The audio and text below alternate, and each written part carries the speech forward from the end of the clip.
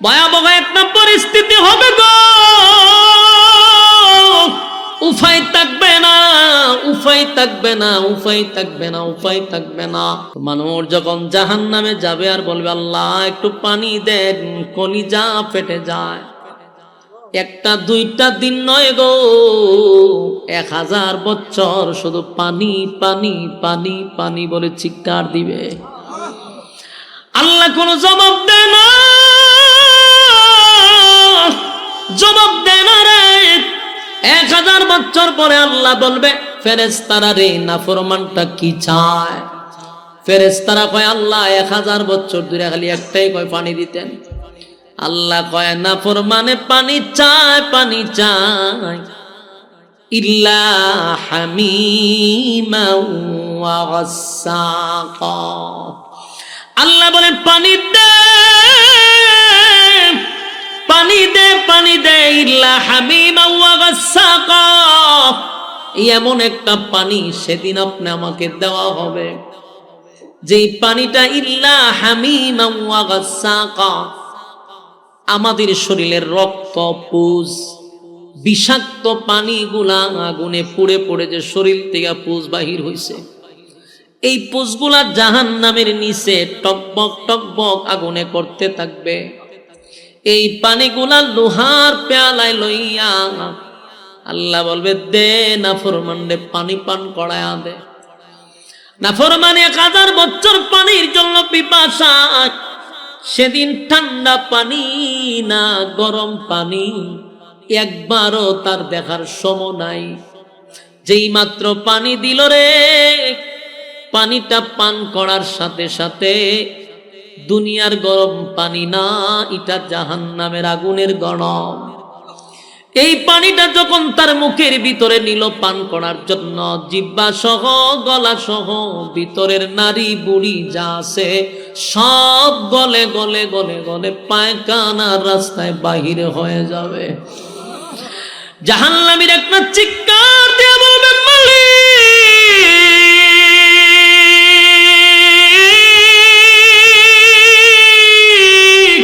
কেমন পানি দিলা গো, কেমন পানি দিলা, কেমন পানি দিলা। এমন পানির কথা তো আপনার কাছে আমি বলি নাই।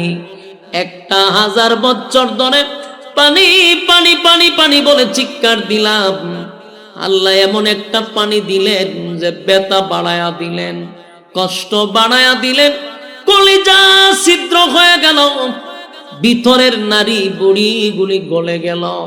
কেমন পানি দিলা গো, চিৎকার দেওয়া শুরু করবে। আল্লাহ তখন যে উত্তরটা দিবে, সেই উত্তরটা জাহান্নামীর জন্য মানসিক শাস্তি হয়ে যাবে। সে তো তার চিৎকার দিয়ে বলবে আল্লাহ কেমন পানি দিলেন, কেমন পানি দিলেন, কষ্ট বাড়ায়া দিলেন, ভিতরের তো আর কিছু নাই, নারী বুড়ি গেল গা। আল্লাহ তখন ঠান্ডা মাথায় একটা উত্তর দিবে, জাযাআউ ইফাকা। এই উত্তর আসবে। এই উত্তরটা শোনার পরে জাহান্নামীরা মানসিক টেনশনে পড়ে যাবে। গরম পানি পান করার কারণে শারীরিক কষ্ট বেড়ে গেল, আর আল্লাহ যে উত্তর দিছে এটার কারণে মানসিক কষ্টটা তার বেড়ে গেছে, মানসিক কষ্ট বেড়ে গেছে। আল্লাহ কয় জাযাউ ইফাকা। বুঝ বন্দা এখন কেমন লাগে, কথা কি বুঝতেছে? আল্লাহ কয় বুঝ যখন মজা কেমন লাগে। দুনিয়ার জমিনে আমি তোরে ক্ষণস্থায়ী দুনিয়ায় পাঠাইলাম একটা পরীক্ষা দেওয়ার জন্য। বান্দারে তুই পরীক্ষা না দিয়া ফাজলামি শুরু করছস। সময় মাত্র 60 বছর। এই 60 বছর আখিরাতের মাত্র কয়েক ঘন্টা। ওই হিসাব করে আপনারে পাঠাইছে পরীক্ষা দেওয়ার জন্য। এই কয়েক ঘন্টা সময় তুই আকাম কুকাম কইরা পিএইচডি করে বসে রইছস।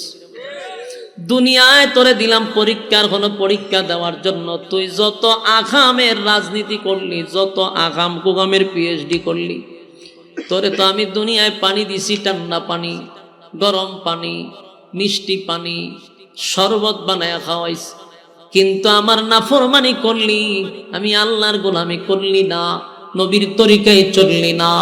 আজকে আমার কাছে এসে পানি চাস, বান্দারে বহু পানি দুনিয়ায় পান করাইছি, আমার গোলামি করস নাই, আজকে এখানে আসছ নে বিষাক্ত পানি আর রক্ত আর পুষ পান কর। নারী বুড়ি সব পায়খানার রাস্তায় বাহির হয়ে গেছে। আল্লাহ কয় এখন বুঝো মজা কেমন লাগে। ভয়াবহ একটা পরিস্থিতি হবে গো, উপায় থাকবে না, উপায় থাকবে না, উপায় থাকবে না, উপায় থাকবে না। মুরব্বী বাবাদেরকে বলি, বিশেষ করে যুবক ভাইদেরকে বলি, ওয়াজ মাহফিলে আমরা আসি সাধারণত দিলটারে নরম করার জন্য, জীবনের সব গুনার উপরে লজ্জিত হইয়া দিনই কথা শুই না বাড়িতে যাওয়ার কথা। আজ ওয়াজ মাহফিলে এগুলা চলে না। এখন অধিকাংশ মাহফিলে বক্তায় 8-10টা গানই গায়। মানুষের দিল মরে গেছে। জাহান্নামের বয়ান শোনানোর কথা ছিল, জান্নাতের বয়ান শোনানোর কথা ছিল, নামাজের কথা বলার দরকার ছিল, সুদের বিরুদ্ধে বলার দরকার ছিল, ঘুষের বিরুদ্ধে কথা বলার দরকার ছিল, মানুষ গুনার থেকে ফিরে আসার কথা ছিল। এখন এই গুনাহ চলে না, এখন চলে বাপ দাদার ইচ্ছা। কাল্পনিক যত কাল্পনিক গল্প, ছড়ি বইয়ের গল্প এখন ওয়াজ মাহফিলে চলে। এর দ্বারায় মানুষের দিলের কোনো পরিবর্তন হয় না, মানুষের দিলটাও নরম হয় না। যাওয়ার সময় একবারও নিজের গুনার উপরে লজ্জিত হয় না। যুবক হাতে পায়ে ধরে বলি, দিলের কান লাগায় শুনেন, আগামী কালকে চাইলেও আপনি মাহফিল আসতে পারবেন না, এখানে বসতেও পারবেন না। এটা আপনি আমার জীবনের শেষ মাহফিল হতে পারে রে, এখানেই না, আগামী 1 বছর পরে মাহফিল হবে, 1 বছরে আমি থাকবো না, আপনি থাকবেন, কোনো গ্যারান্টি আছে? আর এখনো যদি বাড়িতে যান, গিয়া সাথে সাথে ঘুমাবেন না, সেটাও জানি, মোবাইলে টিপতে টিপতে ফজর পর্যন্ত। তাহলে এখানে বৈশা যদি আমার জীবনের সব গুনার উপরে লজ্জিত হইয়া, জীবনের কৃতকর্মের উপরে মাপ ছায়া আল্লাহর দরবারে তওবা করে বাড়ি যাই, তাহলে জীবন পরিবর্তন হওয়ার সম্ভাবনা আছে না নাই? আমার যুবক ভাইয়েরা, আমি একটা মেসেজই আপনাদেরকে দিয়ে যাব। এটা হলো আমার আয়াতের শুরু অংশ, ইন্নাল্লাযীনা আমানু ওয়া আমিলুস সালিহাতি কানাত লাহুম জান্নাতুল ফিরদাউসি নুজুলা। আল্লাহ রাব্বুল আলামিন বলেন, এই নেক আমল করবি, ঈমান আনবি, ঈমান আনার পরে নেক আমল করবি, আমি আল্লাহ তোরে জান্নাতের মেহমান বানাবো। এটা সাধারণ কথা না, আল্লাহ ওয়াদা দিছে আমাদেরকে জান্নাতের মেহমান বানাবে।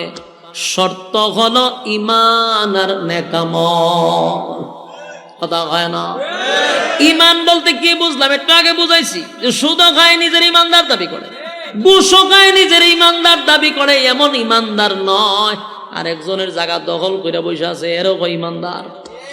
এমন ঈমানদার নয় রে, সাহাবীদের মতো ঈমান আনতে হবে। সাহাবায়ে কেরাম ঈমানের উপরে অটল থাকছে, ঈমানের পরীক্ষায় তারা উত্তীর্ণ হয়েছে, তাই তো জান্নাতি সার্টিফিকেট দুনিয়াতে পাইছে। সুবহানাল্লাহ, দুনিয়াতে জান্নাতের সার্টিফিকেট পাইছে। এমনকি দুনিয়ায় থাকা অবস্থায় তাদেরকে ফেরেশতারা সালাম দিত, অসংখ্য সাহাবীদেরকে আল্লাহ নিজেও সালাম দিছে। কেন জানেন? পরীক্ষায় ফার্স্ট ডিভিশনে পাস। বলুন আমরা ঈমান আনবো কার মতো? সাহাবায়ে কেরামদের মতো ঈমান আনবো। আল্লাহর হুকুম সাহাবীদের মতো পালন করব, নবীর তরিকা সাহাবীদের মতো পালন করব। আল্লাহরে কতটুক সাহাবায়ে কেরাম মহব্বত করত, নবীর ভালোবাসা সাহাবীদের প্রতি কেমন ছিল, এরকম ভালোবাসা আমাদের দরকার আছে না? না। আমার যুবক ভাইরা, ঈমানের পরীক্ষা হবে গো। নবীদেরকেও আল্লাহ পরীক্ষা করছে রে, নবীদেরকেও আল্লাহ পরীক্ষা করছে।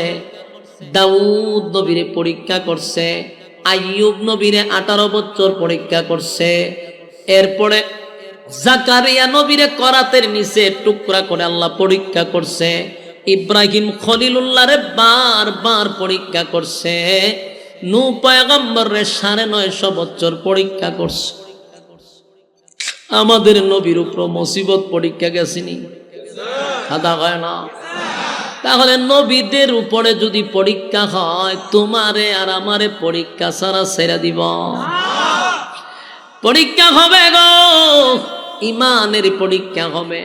সাহাবীদের যুগেও পরীক্ষা হয়েছে ইমান আনার কারণে তাদেরকেও গরম তৈলের মধ্যে ছেড়ে দিছে। গোশত আলাদা, হাড্ডি আলাদা হয়ে গেছে।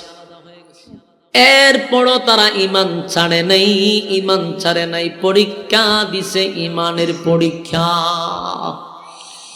ফেরাউনের যুগে ফেরাউনের বউ আসিয়া ইমানের পরীক্ষা দিয়ে জান্নাতে গেল। ফেরাউনের মেয়ের দাসী, মেয়ের চাকর, উনিও কিন্তু জান্নাতে গেছে। সুবহানাল্লাহ। ফেরাউনের কাজের মহিলা যদি জান্নাতে যেতে পারে পরীক্ষা দিয়া, আসিয়া যদি যেতে পারে পরীক্ষা দিয়া, নবী রাসূলগণকে আল্লাহ দিল পরীক্ষা, সাহাবায়ে কেরাম ঈমান আনার কারণে পাইল পরীক্ষা। তুমি আর আমি যদি নিজের ঈমানদার দাবি করি, বলো না আমাদের উপরে পরীক্ষা আছে না? না, পরীক্ষা আছে রে। পরীক্ষা ছাড়া আল্লাহ জান্নাত দিবে না, পরীক্ষা ছাড়া আল্লাহ জান্নাত দিবে না। কত সাহাবীরা ইমানের পরীক্ষা দিতে গিয়া দুনিয়ায় জান্নাতের সার্টিফিকেট পাইছে। আমার যুবক ভাইয়েরা, আল্লাহর নবীর যুগের সাহাবীরা ঈমান আনার কারণে তারা কিন্তু নির্যাতনের শিকার হইছে। এমনকি নির্যাতনের স্টিম রোলার তাদের উপরে চাপায়া দিছে। এমনকি নির্যাতনের কারণে আমার মালিক অসংখ্য আয়াত নাজিল করে তাদেরকে সান্ত্বনাও দিছে। এত নির্যাতন সহ্য করছে শুধু ঈমান রক্ষার্থে।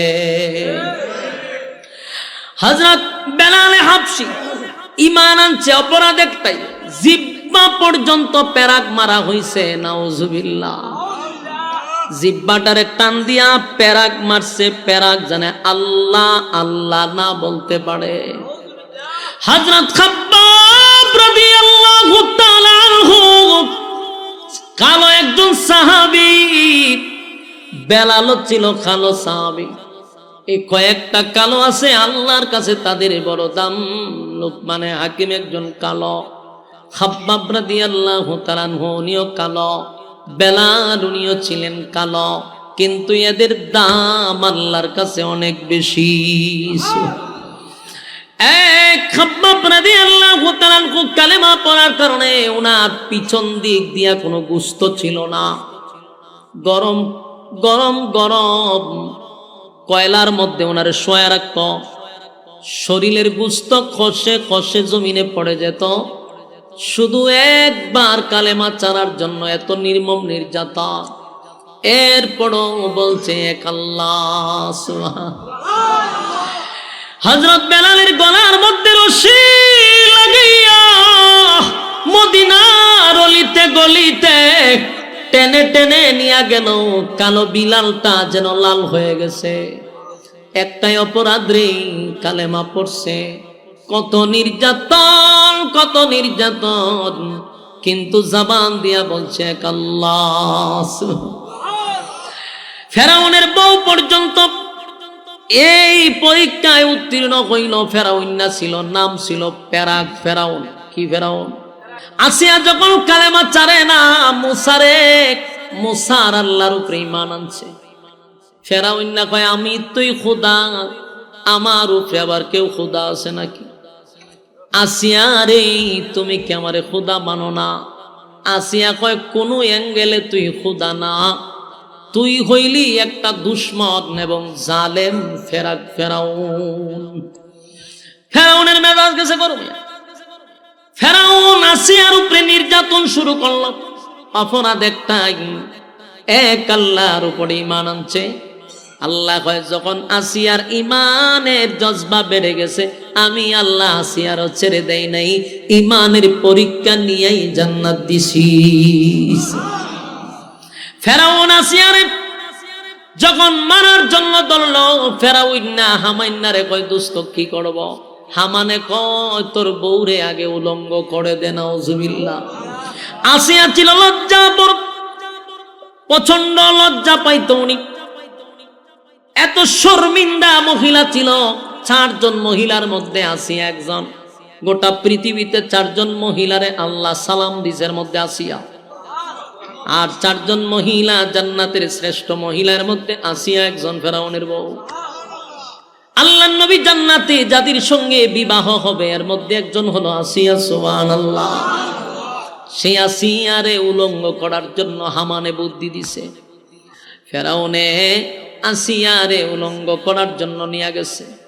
আসিয়া আসমানের দিকে তাকায়, আল্লাহ, এতগুলা মানুষের সামনে ফেরাউন আমার ইজ্জত নষ্ট করবে আমার স্বামী হইয়া, এতগুলা মানুষের সামনে আমার উলঙ্গ করবে, আল্লাহ আমার ইজ্জতের হেফাজত আপনি করেন।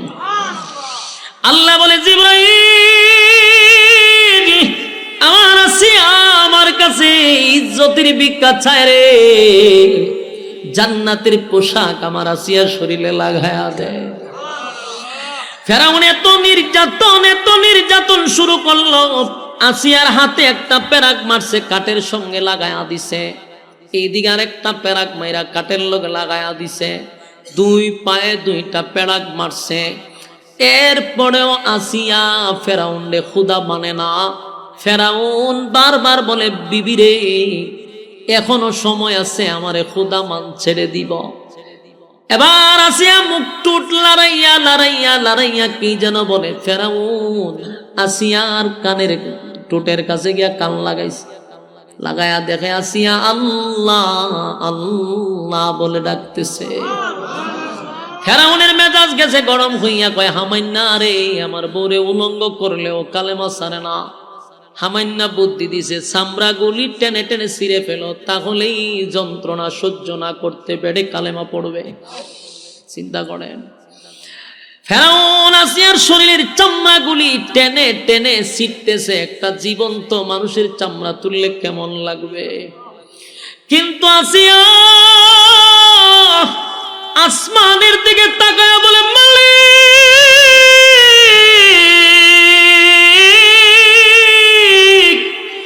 আমি আর বরদাস্ত করতে পারি না গো, আল্লাহ জালেমের কাছ থেকে আমারে বিদায় দাও, আমারে বিদায় দাও, বিদায় দাও। আল্লাহ তোমার পাশে আমার একটা ঘর বানায় দাও। আল্লাহর কাছে দরখাস্ত করার সাথে সাথে আসিয়া মুস্কি মুস্কি হাসতেছিল। ফেরাউন আশ্চর্য হইয়া কয়, চামড়া টেনে টেনে তুললাম, শরীরে প্যারাক মারলাম, আমার বিবি আসিয়া মুস্কি মুস্কি হাসে। উপরের দিকে তাকাইয়া, ঘটনা কি রে? এই মুহূর্তে ফেরাউন বড় একটা পাথর লইয়া কয়, আসিয়া রে, এই মুহূর্তে পাথরটা তোর মাথায় আমি মেরে দিব।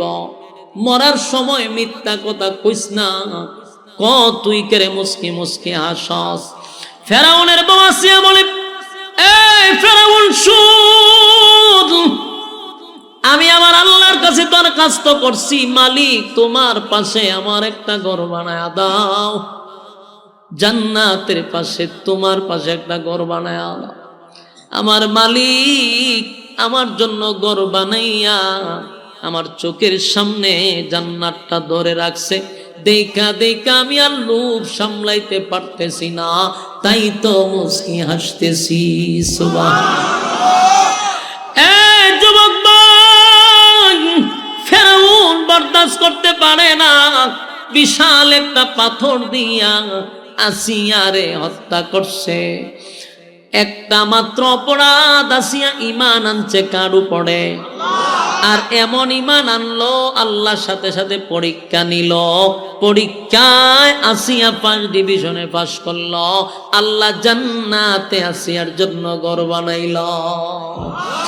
আমি আবারও বলছি, পৃথিবীর এমন কোন মুমিন নাই নিজের ঈমানদার দাবি করার পরে বলবে যে আমারে পরীক্ষা নিবে না। না না, পরীক্ষা ছাড়া আল্লাহ জান্নাত দিবে না। কেউরে আল্লাহ গরিব বানাইয়া পরীক্ষা করবে, ভিখারি বানাইয়া পরীক্ষা করবে, কাউরে টাকা সম্পদ ধন সম্পদ দিয়া পরীক্ষা করবে, টাকা দিয়া পরীক্ষা করবে, গরিব বানাইয়া পরীক্ষা করবে, ক্ষমতা দিয়া পরীক্ষা করবে। এক এক জনের পরীক্ষা এক এক রকম হতে পারে। কেউ রে সম্মানের জায়গায় বসাইয়া পরীক্ষা করবে। এ গরিব যাদেরকে বানায় আল্লাহ গরিব বানাইয়া পরীক্ষা করে, ওই অবস্থায় তাইকাও বলবেন আলহামদুলিল্লাহ। ধনী বানাইলে পরে টাকা ধন সম্পত্তি আল্লাহ পরীক্ষা করে গো। টাকা যদি হয়, ব্যবসা যদি হয়, কোটি কোটি টাকার মালিক হন, বুঝবেন পরীক্ষা শুরু হয়ে গেছে। টাকা কোন কাজে লাগাইতেছেন, কোন খাতে ব্যয় করতেছেন, আমার আল্লাহ পরীক্ষা নিবে। তাই এই টাকা পয়সার হিসাব আল্লাহর কাছে দিতে হবে। টাকা হইছে এমন দিনই প্রতিষ্ঠান করেন, মসজিদ করেন, আল্লাহর রাস্তায় দান করেন, খোদার কসম এগুলা সদকায়ে জারিয়া মরার পরেও কবরে সব যাইতে থাকে, হিসাব লাগবে না। যদি মন গড়া জিন্দিগি চালান, হিসাব কেমনে দিবেন? আবার কেউ রে গরিব বানাইয়া পরীক্ষা করে, আবার কাউরে ক্ষমতা দিয়াও ক্ষমতার চেয়ারে বসাইয়া পরীক্ষা করে। বাস্তব না অবাস্তব? কেউ যদি ক্ষমতা পাইয়া ক্ষমতার অপব্যবহার করে, মনে মনে যদি মনে করে আমি ক্ষমতা পাইছি রে 41 সাল পর্যন্ত সালামো, বলুন এটা কি অপব্যবহার না? ক্ষমতা পাইয়া যদি মানুষের উপরে নির্যাতন শুরু করে দেয়, অকারণে মানুষের উপরে নির্যাতন, কোনো অপরাধ নাই, নির্দোষ মানুষকে আয়না গড়ে, মানুষকে নির্দোষ ভাবে ফাঁসি দেওয়া, মানুষের উপরে হামলা করা, ওয়াজ মাহফিলে বাধা দেওয়া, মাদ্রাসার শিক্ষকদের আলেমদের উপরে বাধা দেওয়া, এরকমটা যদি কেউ করে, বুঝবেন ক্ষমতার অপব্যবহার হয়ে গেছে, তার ক্ষমতার অপব্যবহার। আল্লাহ কয় যারা ক্ষমতা পাইয়া ক্ষমতার অপব্যবহার করছে, যাই না রাত, মরণের পরে শাস্তি শুধু তাই না, দুনিয়ায় চরম পর্যায়ের বেজ্জতি করে জুতা দা ফিডাই আমি কবরে নিভ।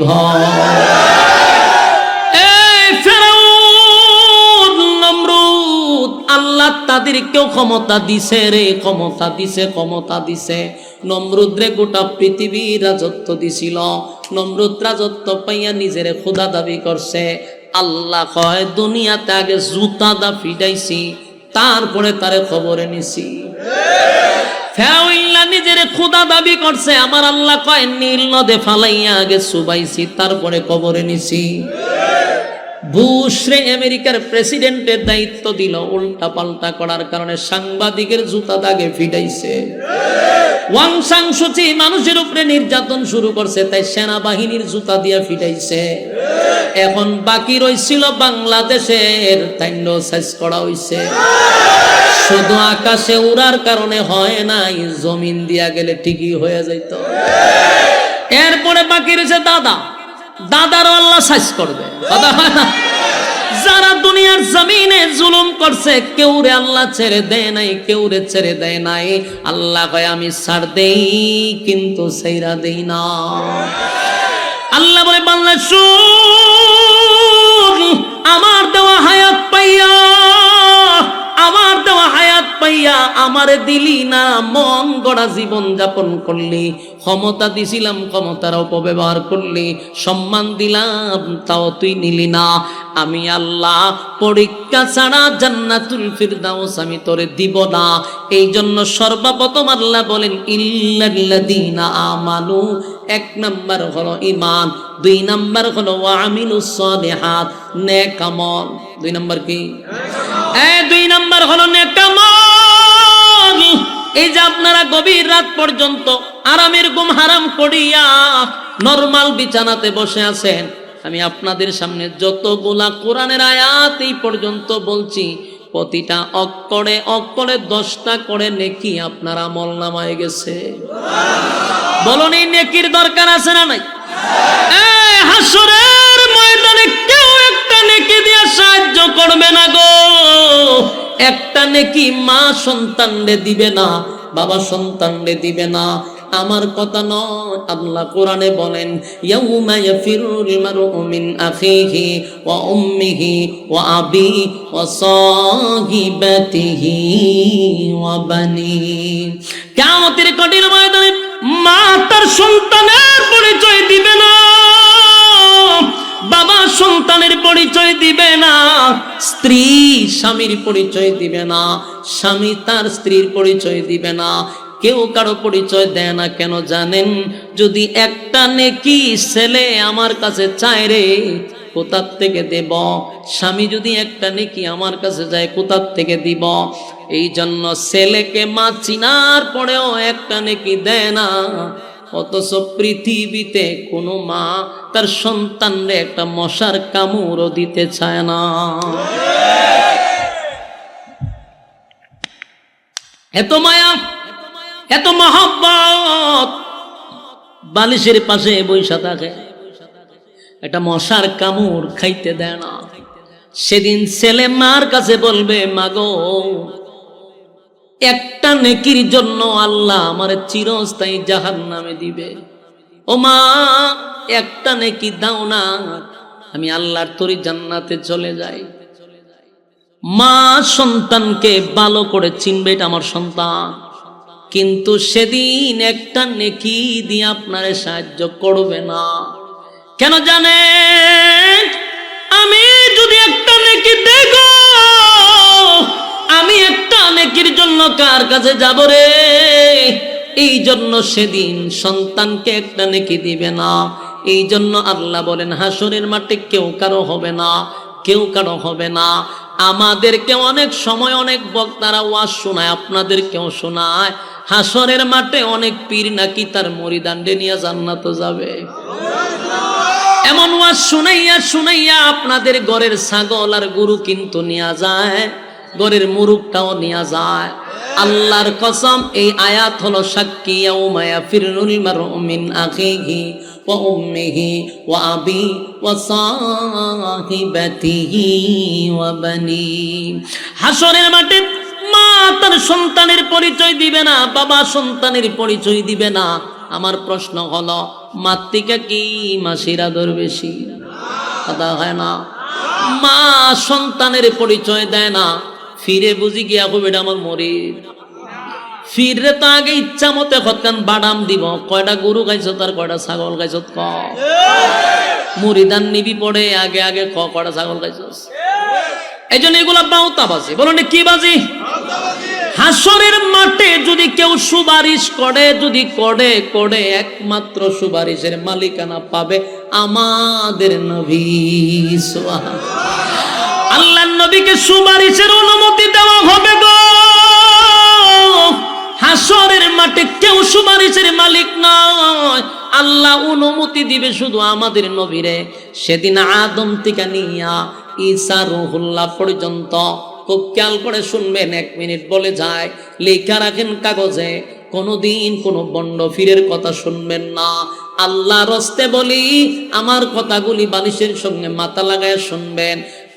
কিয়ামত পর্যন্ত, আদম থেকে নিয়া ঈসা রুহুল্লাহ পর্যন্ত লক্ষাধিক নবী রাসূল, যেই নবীদের কোনো গুনাহ নাই, যেই নবীরা কোনোদিন গুনাহ করে নাই, তারা মাসুম। আদম নবী পর্যন্ত হাসরের মাঠে আল্লাহর সামনে দাঁড়াইয়া কথা বলার সাহস পাবে না। সেদিন আদম বলবে, ইয়া রাব্বি নাফসি নাফসি নাফসি নাফসি। আল্লাহ, আমি আদমের কি উপায় হবে? আমি আদমের কি উপায় হবে? নূহ পয়গম্বর 950 বছর আল্লাহর দাওয়াত দিল। সেই নূহ পয়গম্বর বলবে, ইয়া রাব্বি নাফসি নাফসি। আমি নূহ পয়গম্বর কি হবে? ইব্রাহিম খলিলুল্লাহ, ইব্রাহিম খলিলুল্লাহ আল্লাহর বন্ধু, সেদিন বলবে, ইয়া রাব্বি নাফসি নাফসি নাফসি। আমার কি উপায় হবে? হাসরের মাঠে অবস্থা এমন ভয়াবহ হবে, আল্লাহর সামনে দাঁড়ায় কথা বলার সাহস কোনো নবীর নাই। পীর ফকির দূরের কথা, যেই নবীদের গুনাহ নাই তারা আল্লাহর সামনে দাঁড়ায় কথা বলতে সাহস পায় না। আর আমাদের দেশের ল্যাংটায় আর জড়ায় বুঝি যাইব বাঁচাইতো, কথা হয় না। এই কথাগুলি বইলা বইলা সরল সোজা মানুষের ঘরের গরুটা লইয়া জায়গা পুরুষ, ছাগল লইয়া যায় পুরুষ। এগুলার বিরোধিতা আমরা করি বেশি, এই জন্য আমাদের সমালোচনা বেশি। আমার প্রশ্ন হলো, যেখানে নবী রাসূল আল্লাহর সামনে দাঁড়ায় কথা বলার সাহস পায় না, এখানে ফিরের কি ক্ষমতা আছে? কথা হয় না। আর আমি মনে করি বাংলাদেশে যারা পীর ভক্ত, পীরের বিরুদ্ধে আমরা নয়, হক্কানি পীরদের পক্ষে আমরাও পীরের কাছে যাই, তবে এই পীর আর সেই পীর সমান না। আমরা পীরকে মনে করি উস্তাদ, পীরের কাজ হইল শিক্ষা দেওয়া। বলুন পীরের কাজ কি? পীর শব্দটা ফার্সি, এর বাংলা অর্থ যদি আপনি করেন তাহলে এটা শায়েখ অথবা উস্তাদ। উস্তাদের কাজ হইল শিক্ষা দেওয়া, উস্তাদের কাজ নয় গরু ছাগল নেওয়া। কথা হয় না?